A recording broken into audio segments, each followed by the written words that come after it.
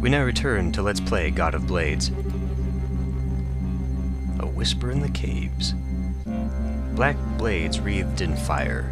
Within the eerie caverns, the cult's foul sorceries have imbued their blades with baleful flame. Quench their unnatural flames before the madness of the rampaging horde sets the world aflame. Could we say flame any more than that? Let's try Witchbreaker. This is one of the newer ones that I've picked up. Oh yeah, this isn't very good. It summons birds. Or things, that's not what it's called. It actually has a name. And they're like a timed explosive. Which is kind of useful against bosses, I guess. But it has limited use against your average mob. Oh yeah. Those guys.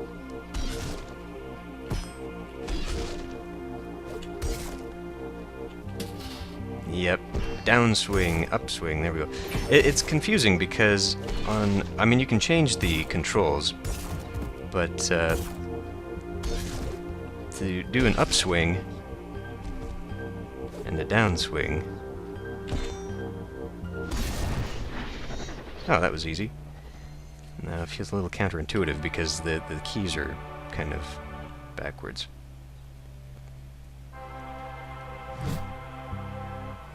Cry of the Heretic. A group of cultists have received the blessing of the Void, doubling their strength. Find and slay the sorcerer responsible for this diabolical benediction. I think the answer to this is to use Inferna, which we can begin using right away, because the recharge on it is very quick. Damn.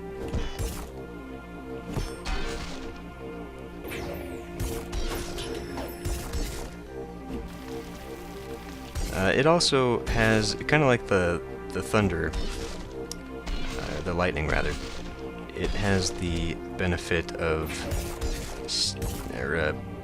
the drawback, it's not a benefit at all, but sort of stunning the enemies, which is good when they're crazy like the Reavers and just keep swinging and swinging, and they're kind of, well, there are worse ones later on too.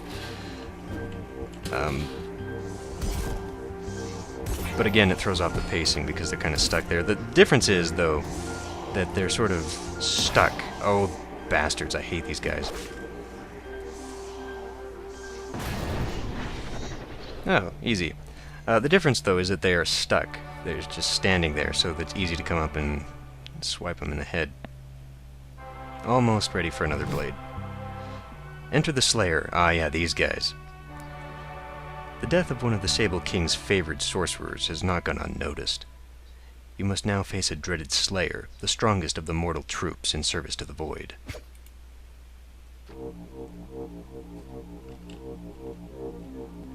What would be good against these?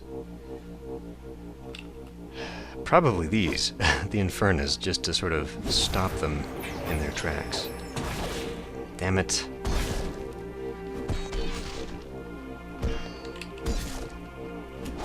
There we go. Damn it. Though, maybe if I just sort of stood back and... There we go. Using their fireballs against them is probably the best idea.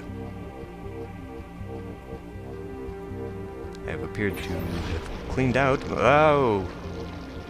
We never have to fight that. Yeah, I hate these fuckers.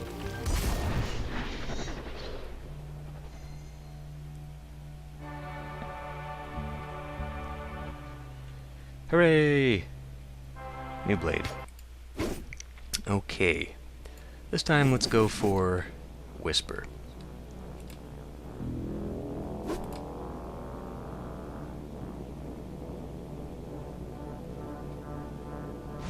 Well, again, I'll do the reading. Okay, it accelerates the speed, increasing damage of the blows and the skilled wielder. Okay. We'll give it a try. No. The Skull of Tarsus. Sorcerers have brought the Skull of Tarsus. In life, the Void Priest Tarsus's words drove men to murder and madness. Even in death, his blasphemies fuel the cult's wizardry. The howling cave wind catches an ancient jawboat, and the mad Tarsus speaks again. Okay, let's try whisper. Let's see how long this lasts. Oh, okay. Well, it certainly does, but it doesn't stun the big guys at all. So I guess I can do that again.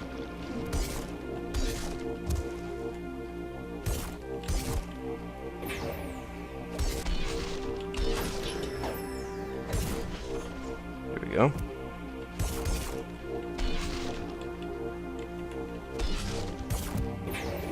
This is very awkward. I'm not sure I like this sword at all. Wow, see, totally mistimed that one. Threw off my timing.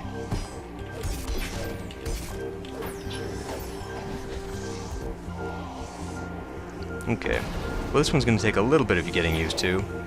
Fighting a boss is probably not the best time to learn, but here we go.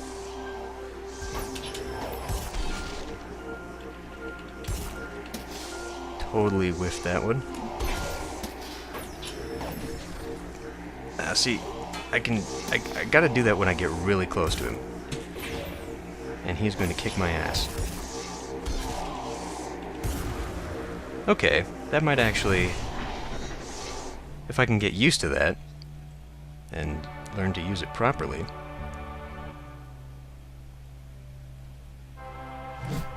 might actually be very powerful. The Harvesters. The Harvesters, relentless seekers of relics and defilers of memories, assault the lambent silence of the sacred cave of memory. Protect the history of your people and deny the invaders their plunder.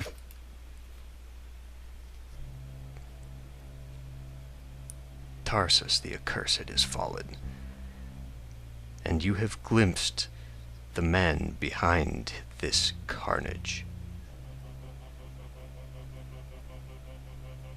From his shattered seat, the Sable King calls the void to our world. And so, the herald of the devouring Maw, the foul emissary, was guided to our world by his sorcery. Journey deeper, for you near a place of great power and memory. Look upon your past, hewn into sacred stone.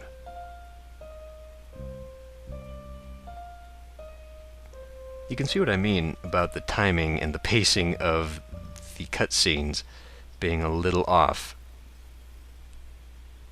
Sometimes the words go very fast. Let's try this one again. I feel like if I can use it properly, he says as he misses. Okay. Well, that works wonders on those guys. But not so much the Harvesters.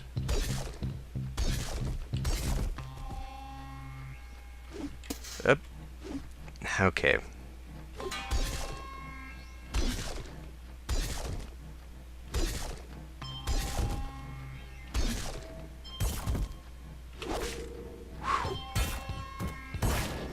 I always try and upswing on those sorcerers, and it is better to try and time a big swing.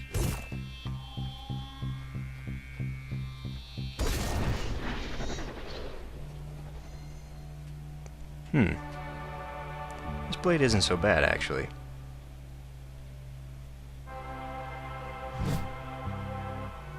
A journey through the ages. Blade raised high, you wade deeper into the mob of frenzied cultists. Looming above the carnage, the silent litany of your people's ancient trials bears solemn witness. Nonetheless, I think I want to use Inferna again.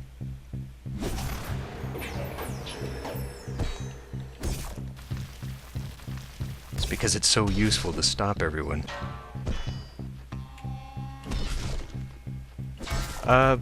As you can probably see, and I haven't mentioned it yet, there is sort of a physics involved. Damn it, I always mistime those frickin' things! There's a little bit of physics involved in that you can break the weapons of your enemies, which is kind of cool, because it does actually affect their... wow. It does actually affect their attacks, especially when they have big swords like that. Always do an upswing with these guys. Now I'm just frantically mashing buttons, which is exactly what the game told me not to do at the very beginning.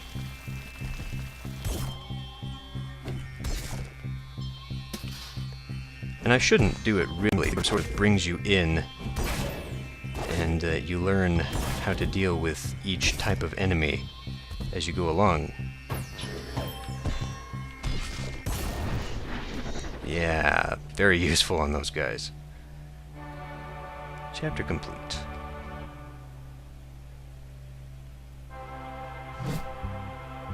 Dark tidings. The emissary of the waste returns. As its gaze sunders ancient stone, you decide to give it something it won't enjoy seeing. Break 3 of his chosen slayers. Okay. I think we will continue to use Inferno, although... maybe a Void Cleaver. Let's try the Void Cleaver.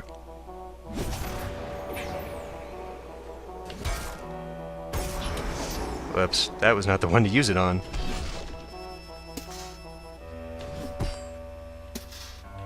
And now I'm totally sucking.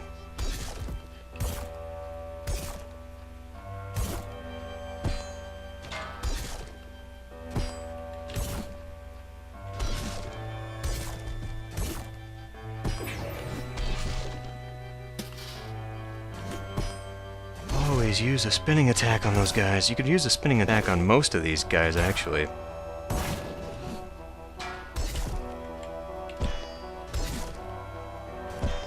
I don't know, maybe I need to rebind my keys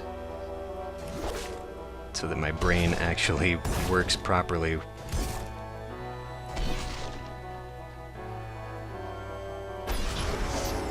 Yep, took that guy out. Unfortunately, my sword isn't long enough to do that. There we go.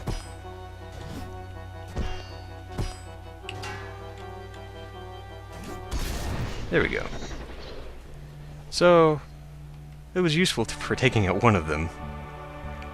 I think maybe the Whisper Sword might have been more effective.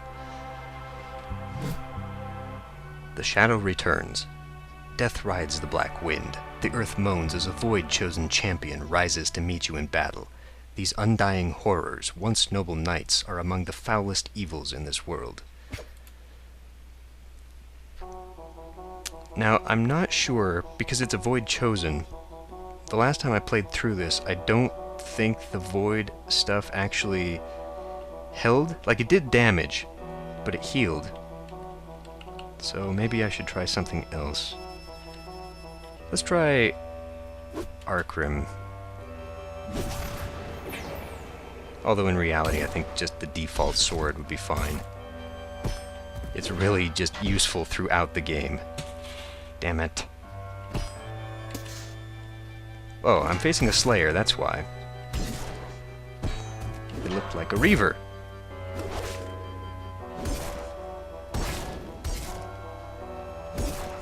They have a much different attack pattern. Okay, here we go. Nameless King, Oyek the Warmonger, wielder of Heartvale. Let's see how he likes this. Hopefully I can let the thunder, the lightning deal with a lot of it.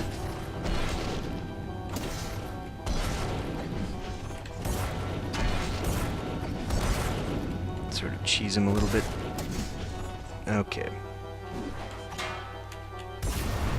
Hooray!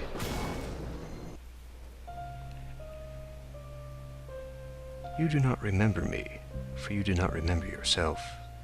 In life we were steadfast comrades, you the ardent defender, and I the grim harrier of our foes. We are called in death, as we were in life, to war. Now we walk different paths. I go to the north to blind our foes.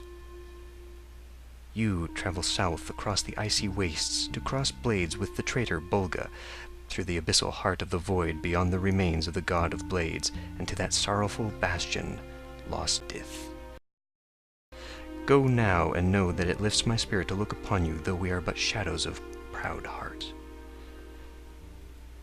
I believe that is, the Whispering Lady. I believe is her name. There is a two-player mode, not of the main campaign, but you can play with another person.